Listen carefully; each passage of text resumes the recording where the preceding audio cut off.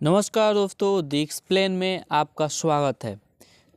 Donald Trump के जो अभी राष्ट्रपति बनने की शपथ ग्रहण है, उससे पहले अमेरिका के सलाहकार यानी कि सिक्योरिटी एडवाइज़र जो हैं, उनका माइक वाल्ट्ज उनका बहुत बड़ा बयान आया है। जी हाँ, इस समय अमेरिका के सिक्योरिटी एडवाइज़र का भारत के जो है पक्ष में बहुत बड़ा बयान आया है। वहीं इसके बारे में पूरा डिटेल जानकारी करेंगे। तो सबसे पहले बात करते हैं कि ये कौन है माइकल वाल्ट्ज। ये माइकल वाल्ट्ज डोनाल्ड ट्रंप के सुरक्षा सलाहकार हैं। जी हाँ, और ये पहले आर्मी में भी काम कर चुके हैं। इंडो पैसिफिक नीति को लेकर इनका बहुत बड़ा बयान भारत के पक्ष में आया है और ये हरदम से भारत के पक्ष में रहे हैं। ये आर्टिकल देखिए, यहाँ पे जो माइक वाल्ट्ज हैं, ये अभी नेशनल सिक्योरिटी एडवाइज़र बनने जा रहे हैं। ट्रंप के शपथ ग्रहण के बाद ये अमेरिका के नए सिक्योरिटी एडवाइज़र बनेंगे और ये हमेशा से जो है ना, चाइना के अगेंस्ट रहे हैं, चाइना के विरोध में रहे हैं और भारत के साथ में रहे हैं। और ये कहीं ना कहीं भारत के लिए एक बहुत बड़ा बात है। ट्रंप का सिक्योरिटी एडवाइज़र भारत के पक्ष में बात करता है। ये जो आर्टिकल है, ये अलग अलग सोर्स से प्राप्त हुआ है। यही हैं वहाँ के माइकल वाल्ट्ज, अमेरिकी सिक्योरिटी एडवाइज़र। इन्होंने बयान दिया था कि भारत के साथ हम लोग हैं, इंडो पैसिफिक जो नीति है उसके साथ भारत का साथ देंगे और चाइना का इसमें जो है विरोध किया जाएगा। आपको ये पता होगा कि अमेरिका सुपर पावर है और उसको ये डर है कि आने वाले समय में कहीं ना कहीं चाइना उसका पद छीन लेगा। इसी के चलते वहाँ के जो सलाहकार हैं या जो भी हैं, वे कभी भी चाइना के पक्ष में नहीं रहते हैं। और इनका बहुत बड़ा बयान आया है। क्या है, ये पहले आर्मी में भी काम कर चुके हैं। जी हाँ, यहाँ पे टाइम्स ऑफ इंडिया का ये रिपोर्ट है, आप देख सकते हैं कि माइकल वाल्ट्ज अलग अलग बयान दे रहे हैं। और यहाँ पे आपको बता दें, जो ये पॉलिसीज़ हैं, जो ये कॉन्स्टिट्यूशन है, इसको लेकर भी बयान देते रहे हैं।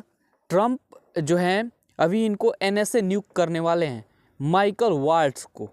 और माइकल वाल्ट्ज ये बहुत इम्पोर्टेंट नाम है और ये सिक्योरिटी एडवाइज़र बनने वाले हैं डोनाल्ड ट्रंप के।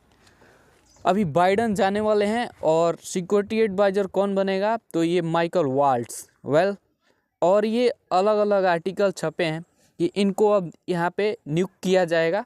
हाइलाइट्स है, इंडिया के खिलाफ ये कभी भी बयानबाजी आज तक नहीं किए हैं और दूसरे एडवाइज़र इनके जैसे नहीं हैं। ये जो हैं, ये इंडिया के पक्ष में बातें करते रहते हैं और ये बेहतरीन तरीके से इंडिया को मतलब सपोर्ट करते रहते हैं। और ये माइकल वाल्ट्ज का एक इंटरव्यू वायरल हुआ था। इन्होंने इंडो पैसिफिक जो नीति है उसके साथ भारत का बहुत बड़ा जो है ना कनेक्शन बताया और बोले कि हम लोग हमेशा इस पर भारत के साथ हैं। Incoming US national security advisor Michael Waltz यहाँ पे आने वाले हैं। और अब यहाँ पे देखेंगे तो ये चाइना के खिलाफ एकदम रहते हैं, क्योंकि चाइना अलग अलग अपने नीति के और अलग अलग तरीके से ये जो अमेरिका है इसको घेरने का कहीं ना कहीं प्रयास करता रहता है। और यही कहीं कारण है कि ये चाइना के विरोध में बातें बोल रहे हैं।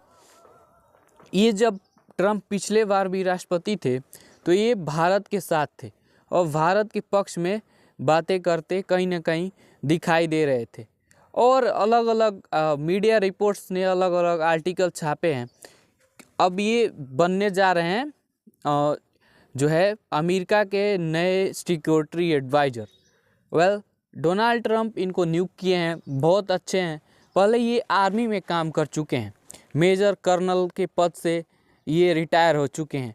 अब यहाँ पे आप देखेंगे तो ये अमेरिका का जो है ना, जो सत्ता है उसमें अब आ चुके हैं और NSA हैं। जैसे इंडिया के अजीत डोभाल साहब जी हैं, वैसे ही ये माइकल वाल्ट्ज हैं जो ये अमेरिका के हैं।